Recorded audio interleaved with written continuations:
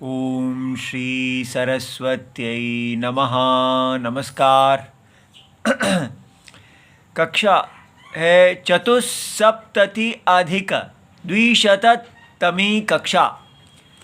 हमारे बाह्य प्रयत्न चल रहे हैं और पिछली कक्षा में हमने महाप्राण और अल्प प्राण किया है, तो उससे हम व्यंजनों के बाह्य प्रयत्न पूरे कर चुके हैं। अब हम स्वरों के बाह्य प्रयत्न देखेंगे। तो ये हमारी तालिका है, इसमें हमने ये सब विवार, श्वास, अघोष, संवार, नाद, घोष, अल्प प्राण, महाप्राण ये अच्छी तरह कुछ दिन लगा के देखे हैं। और आज हम ये स्वरों के उदात्त, अनुदात्त, स्वरित और ह्रस्व, दीर्घ, प्लुत अर्थात मात्रा, ये हम विषय खोलने लगे हैं। आज हम केवल उदात्त जो है इसको देखेंगे। तो जो स्वर हैं उसमें उदात्त, अनुदात्त, स्वरित ये आभ्यंतर नहीं बल्कि बाह्य प्रयत्न माना जाता है, ठीक है। और इसी प्रकार जो हम स्वर की एक मात्रा अ, द्विमात्रा आ, त्रिमात्रा आ, इस प्रकार प्लुत, ठीक है, ह्रस्व, दीर्घ, प्लुत जो उच्चारण करते हैं वो भी बाह्य प्रयत्न। बाह्य का अर्थ है मुंह के अंदर वायु पहुंचने से पहले मुख, ठीक है, वो उसको बाह्य प्रयत्न कहते हैं। तो ये सूत्र आज हम देखेंगे। उच्चैः उदात्तः 1 to 29, इनको अष्टाध्यायी जी में देखते हैं। ये देखिए, अष्टाध्यायी जी का पहला अध्याय है, दूसरा पाद चल रहा है और उसमें ये 29 उच्चैः उदात्तः, उच्चैर उदात्तः, उसका अगला है नीचैर अनुदात्तः और उससे आगे है समाहारः स्वरितः। ये क्रम से हम तीनों करेंगे। और इसमें अचश्च, यहाँ से अनुवृत्ति अच शब्द की आती है। अब देखते हैं, इसके संधि विच्छेद किया जाता है। उच्चैः एक अव्यय है, ये 3/3 जो है केवल इसीलिए लिखा है कि इसका अर्थ जो है वो तृतीया विभक्ति का होता है, किंतु ये अव्यय है। उदात्त जो है प्रथमा विभक्ति एक वचनम है। तो काशिका जी की वृत्ति देखी जाती है। उदात्तादि शब्दाः स्वरे वर्णधर्मे लोकवेदयोः प्रसिद्धा एव। तो काशिकाकार कहते हैं कि ये जो उदात्तादि शब्द हैं, माने उदात्त, अनुदात्त और स्वरित, ये जो 3 शब्द हैं ये स्वर के विषय में, ये तीनों स्वर कहलाते हैं। उदात्त स्वर, अनुदात्त स्वर और स्वरित स्वर। तो स्वर के विषय में ये तीनों वर्णों के धर्म हैं, अर्थात हमारे अच वर्णों के जो स्वर वर्ण हैं उनके ये धर्म के विषय में इन तीनों का परिभाषा है। और इनका प्रयोग लोक में और वेद में दोनों में प्रसिद्ध है, जाना जाता है। अर्थात वेद में भी जो है हम देखते हैं कि स्वर का प्रयोग होता है और लोक भाषा में भी इसका प्रयोग है, ऐसा काशिकाकार हमें बता रहे हैं।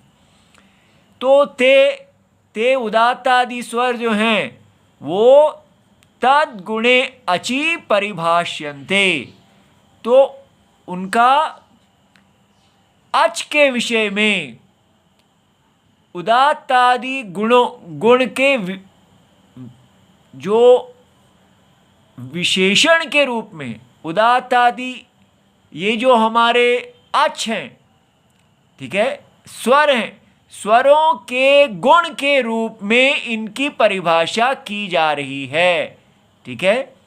अब ये देखिए, उच्चैः उपलभ्यमानः यः अच सा उदात्त संज्ञो भवति।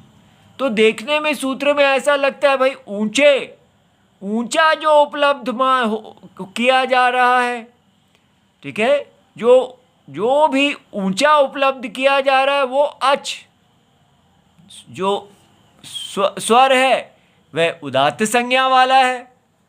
लेकिन भगवान उसी समय स्पष्ट करते हैं, उच्चैः इति च श्रुति प्रकर्षः न गृह्यते।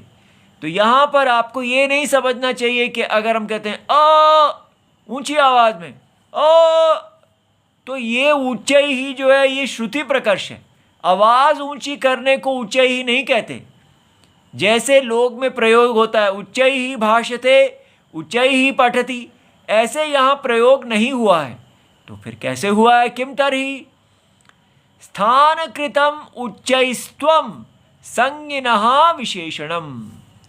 तो ये उच्चैस्त्वम जो है ये स्थान कृत है, ठीक है। स्थान के आधार पे जो जिस तालु आदि स्थान का विभाजन है, उसका ऊंचा जो स्थान है उसमें से जो उच्चस्त्वम आता है शब्द का गुण, वो संज्ञी, तो संज्ञा है उदात्त, तो जिसकी संज्ञा है उसका उस स्वर की हम ये विशेषण बता रहे हैं, ठीक है। तो कैसे?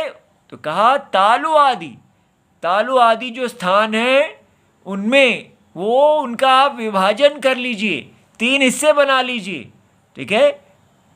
एक पहला हिस्सा, दूसरा हिस्सा, तीसरा हिस्सा। उन तीनों स्थानों में जो वर्ण हैं, तालु आदिषु ही भागवत्सु स्थानेषु वर्णाः निष्पद्यन्ते। उनमें से उन्हीं सभी स्थानों में से वर्ण निकलते हैं, ठीक है। लेकिन उसमें से जो स्थान है तत्र ये स्थान सामान्य स्थान है, जो सामान्य स्थान है उसके ऊर्ध्व भाग निष्पन्ना, उसमें से जो ऊपर के भाग से निकला है अच स उदात्त संज्ञो भवति, ठीक है। देखें, ये देखिए उदयनाचार्य जी ने बहुत अच्छा बनाया है, ये रामलाल कपूर ट्रस्ट की पुस्तक है उसमें। तो कैसे वो बता रहे हैं कि ये देखिए ये सब स्थान है, दंत है, दंत मूल है, तालु है, मूर्धा है और कंठ है। ये हमारा हम स्थानों को जानते हैं, लेकिन इन सब स्थानों को आप 3-3 भागों में विभाजित कर दीजिए। ये देखिए ये तालु है तो तालु को इन्होंने 3-2-1, मूर्धा को 3-2-1 और कंठ को 3-2-1 ऐसे कर दिया है। अब अगर हमको इसमें से तो सामान्य से जो उच्च है तो 3 को उच्च मानेंगे, ठीक है। तो इस प्रकार तो ई ई ई ई, ठीक है। यहाँ कंठ में से अ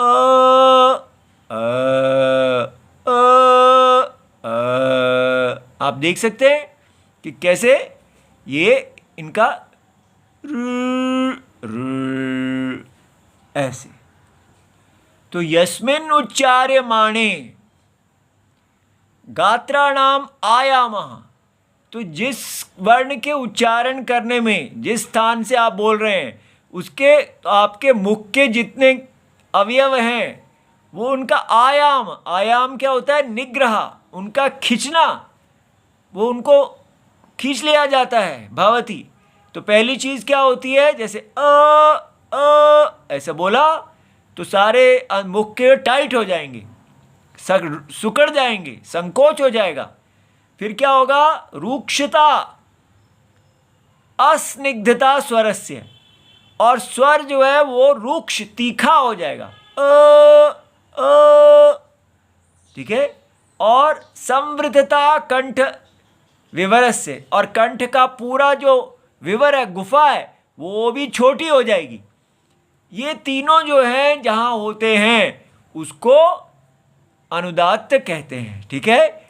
इति सर्वम शिवम, इसको अच्छी तरह जान लीजिए।